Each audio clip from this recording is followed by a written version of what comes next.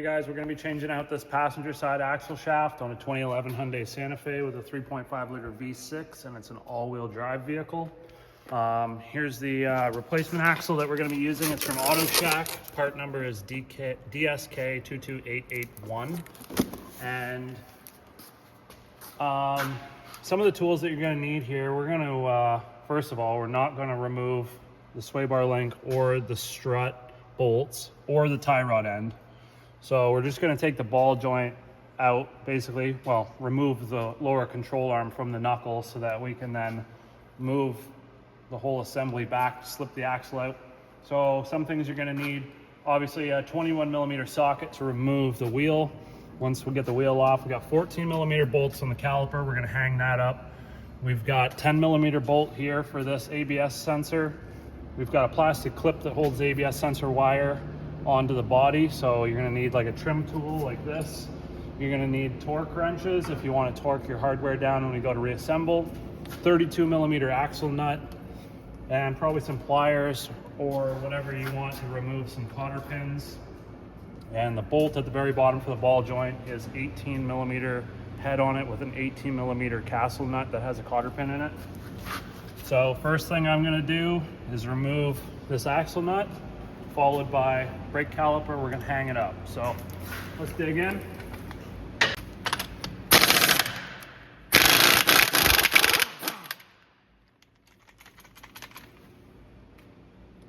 Oh, it's stuck in there.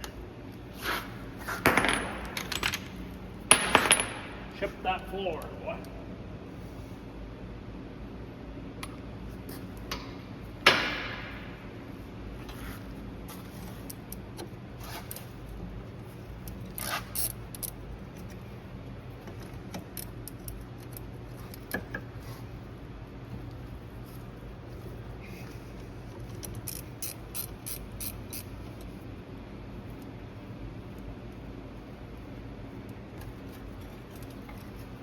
Your brake caliper may just come right off. These ones are pretty rusted on there, so I'm just using a pry bar. Just sneak underneath to get it loose. And I've got a metal hook. I always try to hang these brake calipers to avoid stressing the hose. We don't want to stress that rubber hose. Now that's up out of the way, next thing I'm going to go for is this ABS sensor wire. So there's just a rubber grommet on the strut, and I find just spinning it, working it out, it'll come out. We've got a 10 millimeter bolt right here. Just gonna get some of this undercoating out of the way. We'll pull this thing off. Hopefully yours isn't super rusted in there. These have a tendency to break.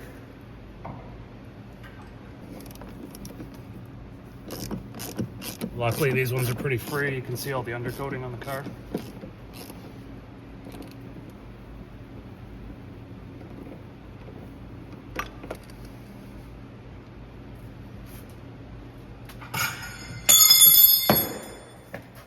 I need a magnet to hold all my tools.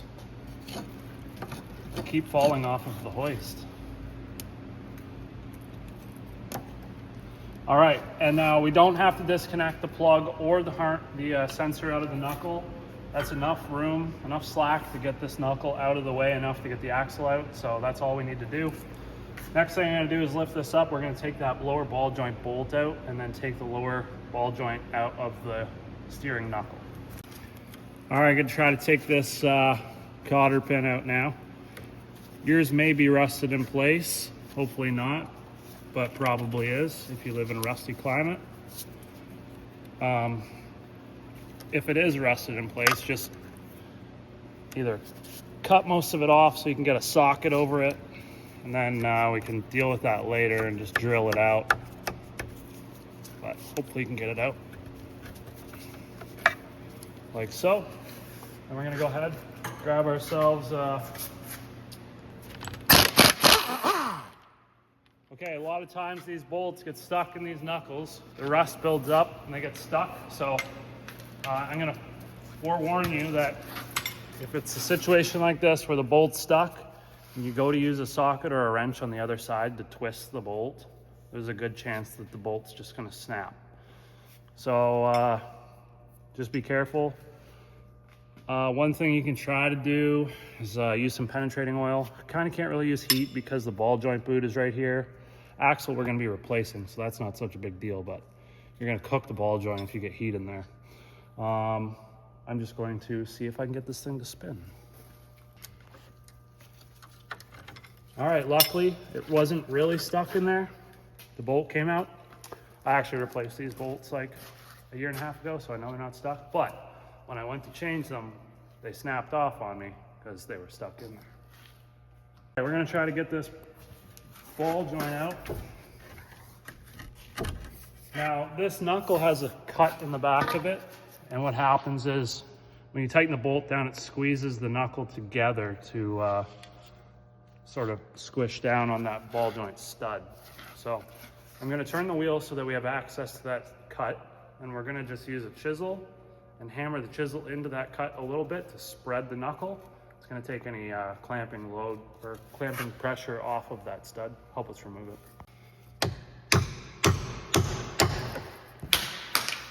And we don't want to go in too far because it's just a cast knuckle. So if you go too far, there's a possibility you could fracture the knuckle. So just enough to take that pressure off. And hopefully we can sneak in here. Just like that.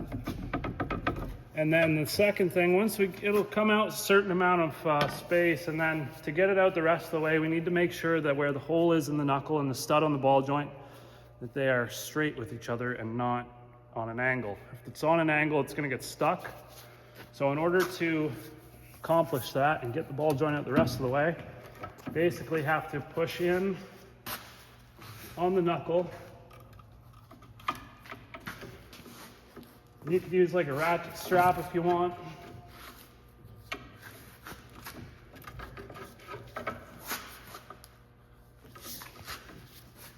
I need a smaller pry bar.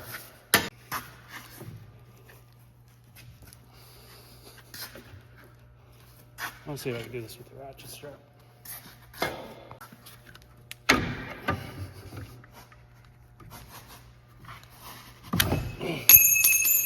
All right, so yeah, if you're doing that at home and you want kind of a cheat code to do it by yourself, get a ratchet strap.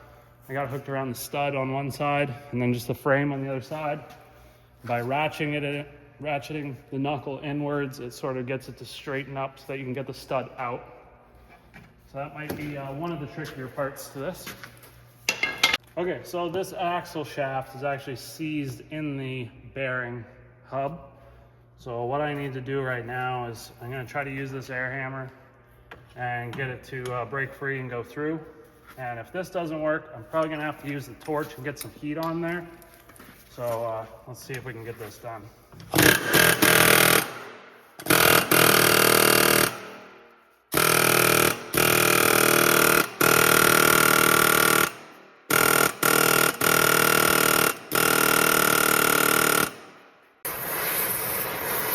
All right, so this thing's severely seized in there. So I'm going to give it a little bit of heat, try to break that rust bond between the axle and the hub.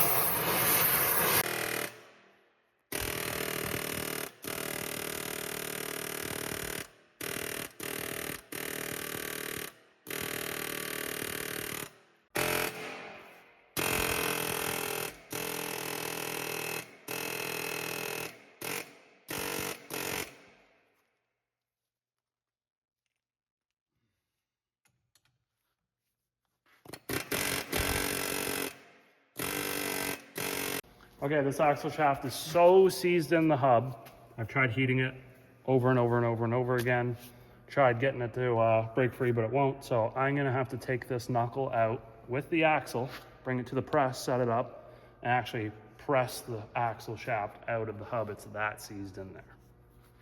All right, so hopefully this doesn't happen to you, but I had to take the knuckle assembly and the axle out together because I couldn't get the splines to release from the inside of the bearing.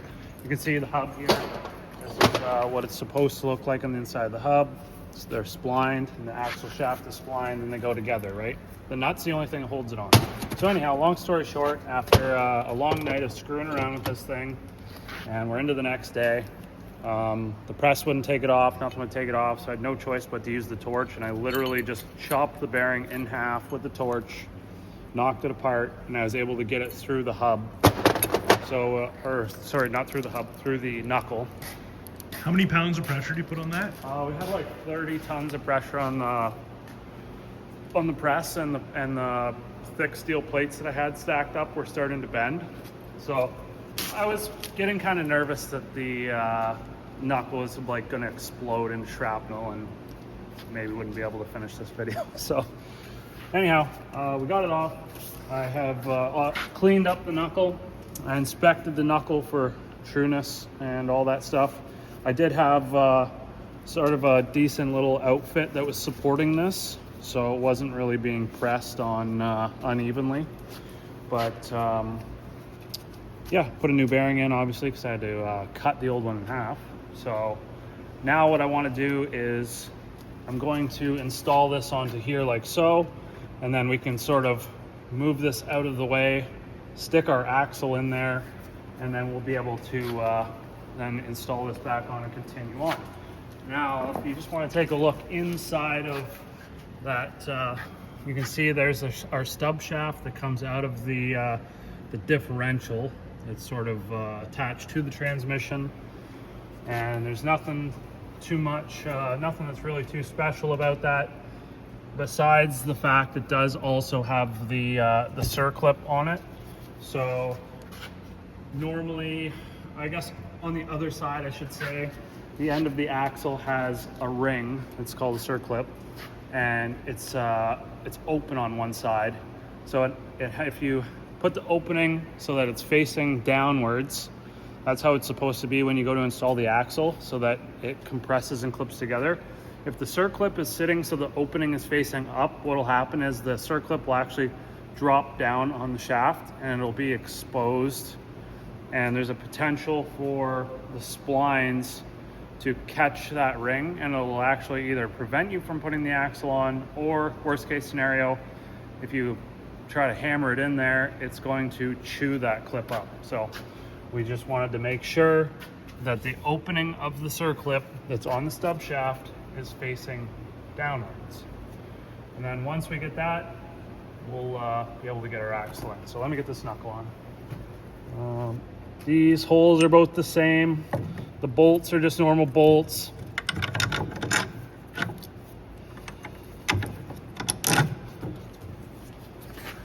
I was able to kind of save the ABS wheel speed sensor that goes in here.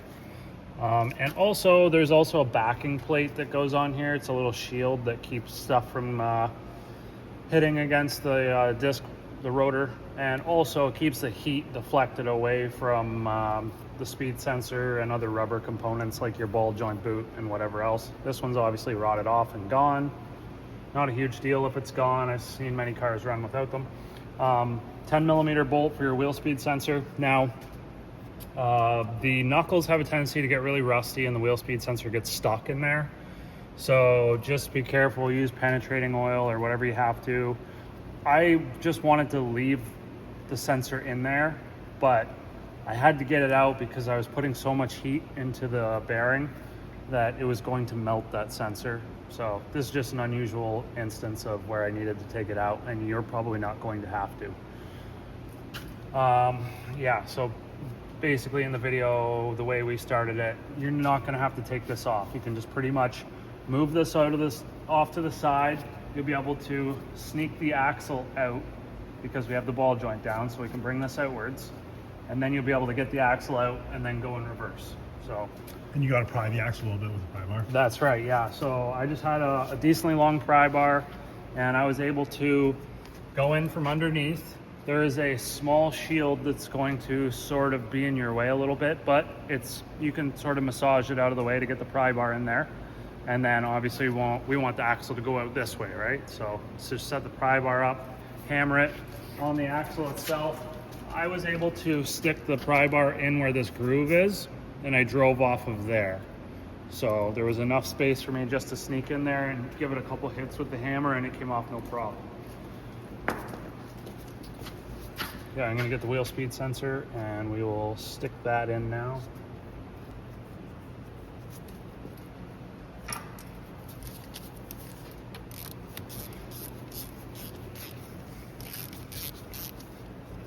that sensor?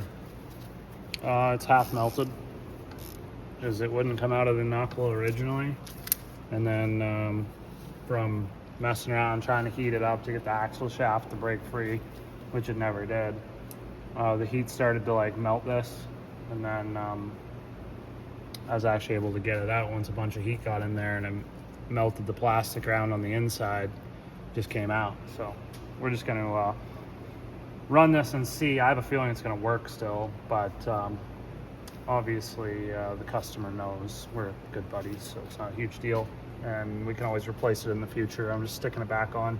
I have a feeling it'll probably still work. All right, I'll torque those down afterwards once I get everything all back together. It'll be nice because this isn't going to move very much, but we're ready to put our axle in now. Hopefully your axle comes with a new nut, and if you buy this one from Auto Shack, it comes with the nut and the cotter pin as well.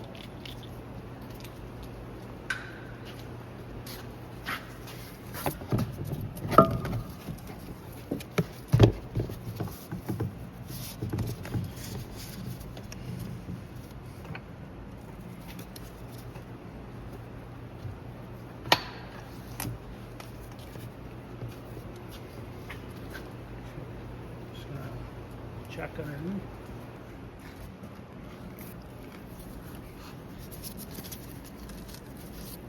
Okay, looks like we're seated. That's the shield that I was talking about that's kind of in your way, but also it's not really in your way. It's not a huge deal. And we just basically want to sneak this in here.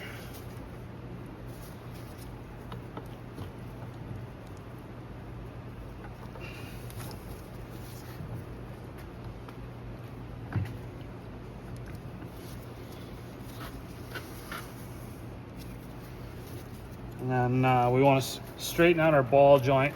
Before we, I guess once you have the axle out, one thing you may want to do is go and clean the holes. There's this pass-through hole where the bolt goes through. If it's really rusty and nasty in there, you might want to get a little wire brush or some sandpaper or something like that. Clean out that hole, make sure that everything's nice and free so the bolts can go in. And same with the hole in the very bottom that the ball joint goes through.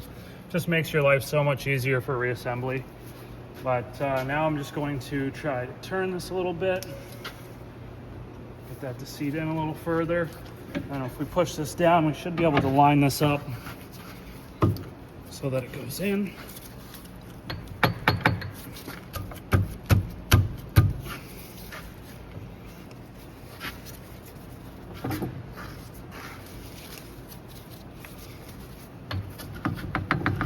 And I'm just going to get a little mallet to help me get this to go in.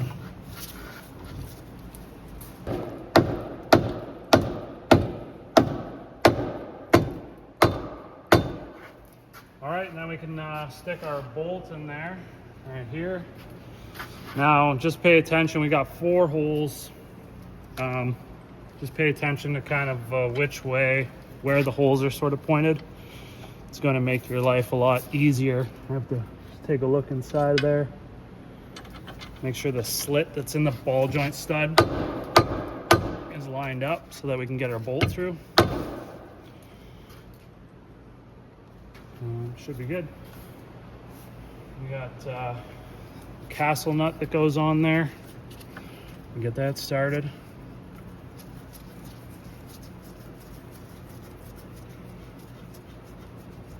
We're gonna put our axle nut on. Get that started. And we can put this ABS sensor on.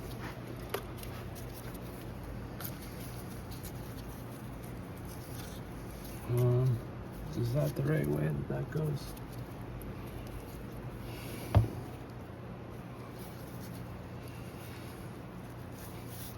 Must be. I gotta clean all the rust off of that.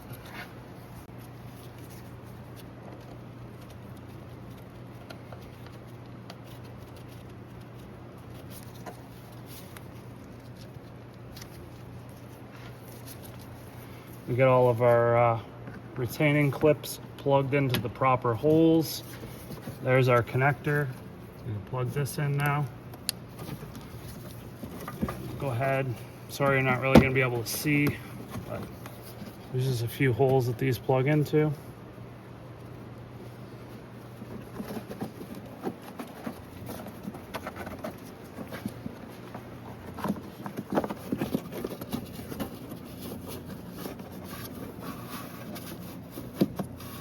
Unless you take the fender liner out, you're not gonna be able to see them. Okay,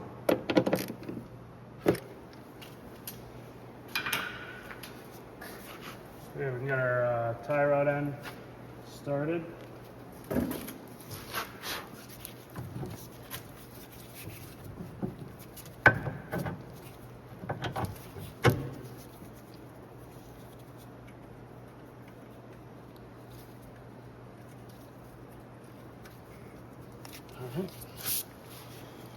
And we'll snug that down. I think it's a 19. 18 almost fits, but yeah, it's got to be that.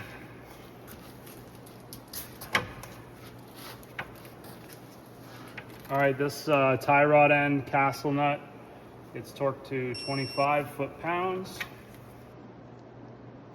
And then we need to put a cotter pin in there as well. Try to always put new cotter pins in every time you take them out. All right, and then we'll do this bottom lower ball joint bolt. They're 18 millimeter head on the bolt, 18 millimeter nut. So I'm just gonna use a wrench and my socket and torque wrench.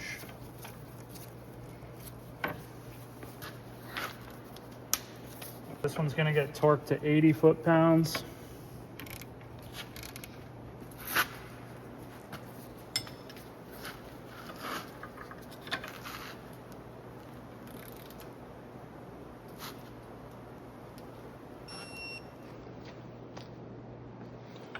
And then we're ready to torque these ones down. I guess you're probably not gonna take these off, but maybe you will, so I'll put them in there anyways.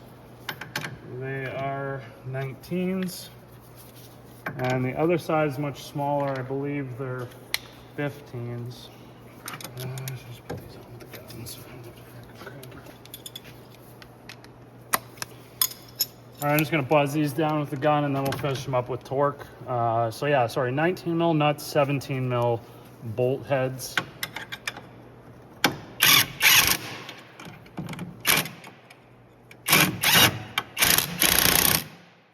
And those get torqued down to 120 foot-pounds.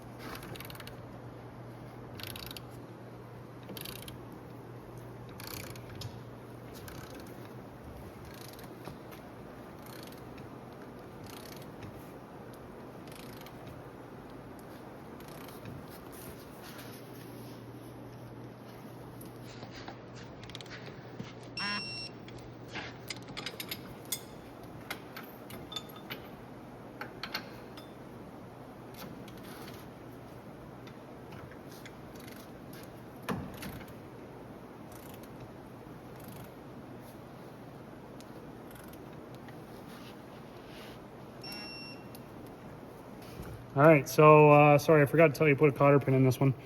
The what was I gonna say? You just want to find the hole that passes through, and then we can bend this around. Some people bend them differently. I just pass it through and bend it around. It's not a big deal. Just keeps the bolt from basically falling off if it were to ever come loose. It's an extra stage of security. So. All right, now we can put the brakes on. Basically, everything's, we got tie rod, ball joint, struts are torqued, wheel bearings torqued. Yeah, we'll do this. We'll do the axle nut last once we get the brakes on. Just so there's a couple ways you can do it, but I'll show you a pretty easy way if you're doing it by yourself.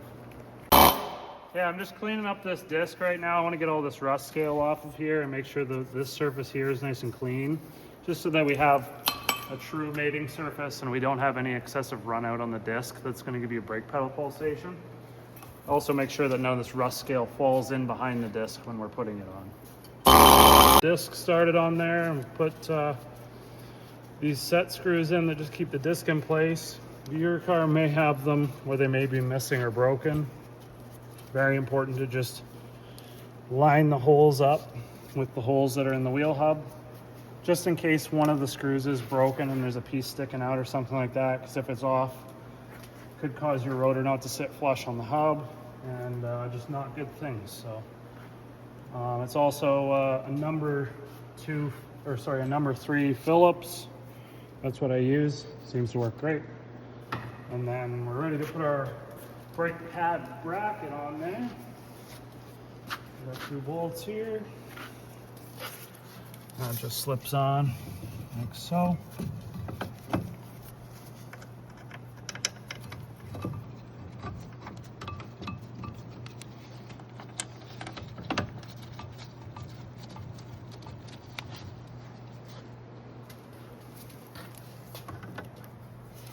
And those are 18mm bolts.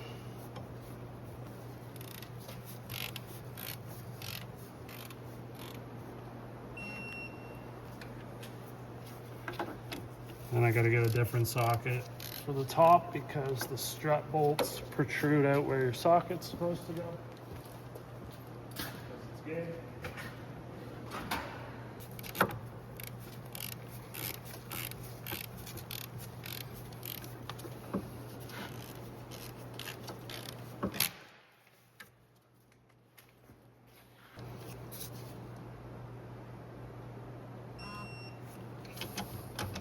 All right, we can put our brake pads on now and get our brake caliper on. Well, that sucks. The end of this brake pin just broke off. I've never seen that before in my life. This car is cursed. 65 foot-pounds for the brake bracket.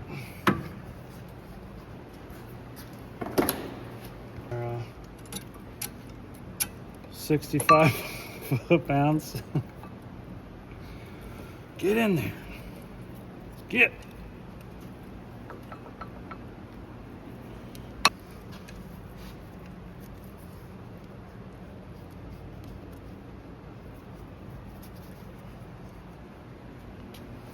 All right, get these little ones in here. 25 foot-pounds.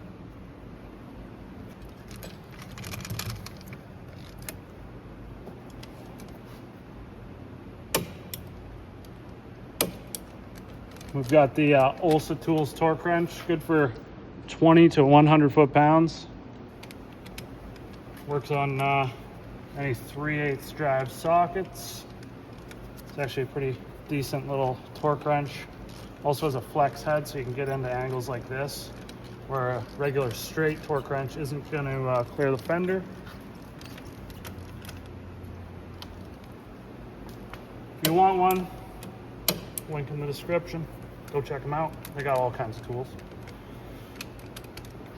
All right, so this axle nut's going to get torqued to 100 and I believe it's between 144 and 188 foot-pounds. So choose as you will. I'm going to do 150. And what I'm going to do here is I just stuck a screwdriver in the cooling fins of the brake rotor to keep the hub from spinning. And then that way you can just do this by myself, and you can too if you're doing this by yourself in your driveway or in your garage or whatever. So the torque wrench set. We'll do 156 just because.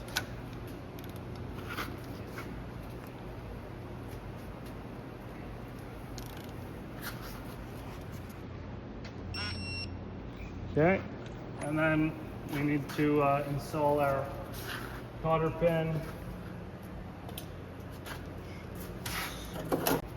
All right, so there's supposed to be a lock washer that goes in behind.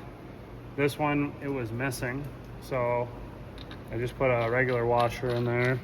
which, you know, it's not recommended to do, but it then brings the nut out far enough to where the cotter pin can engage the ears on the castle nut to keep the nut from turning backwards.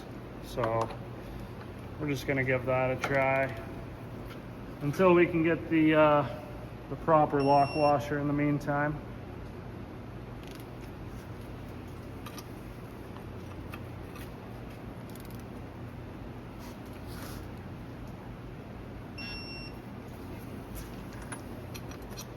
All right, so I think that's we're getting close to pretty much it. Just make sure that everything spins all right. Nothing's interfering with anything. We've got all our bolts in, torqued down. We got all our cotter pins in, except I guess I got to put that one in there. And then we're pretty much ready to put the wheel on. Oops.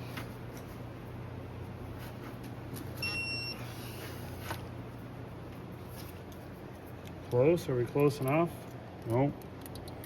Gotta go more.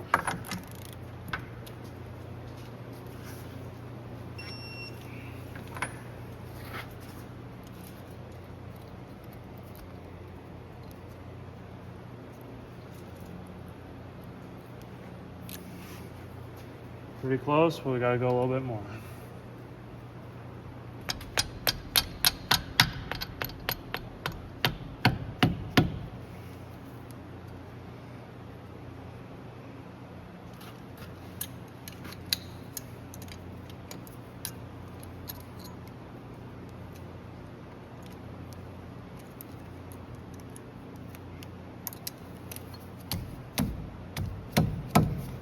Okay, I'm gonna put our wheel on.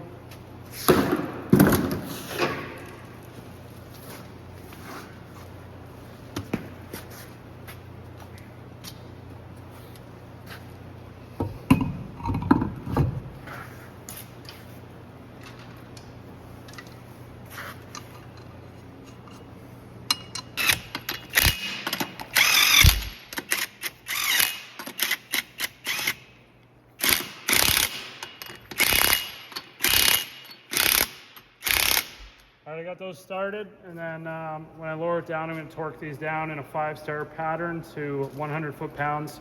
The specification from Hyundai is 80 foot-pounds. I like to go 100.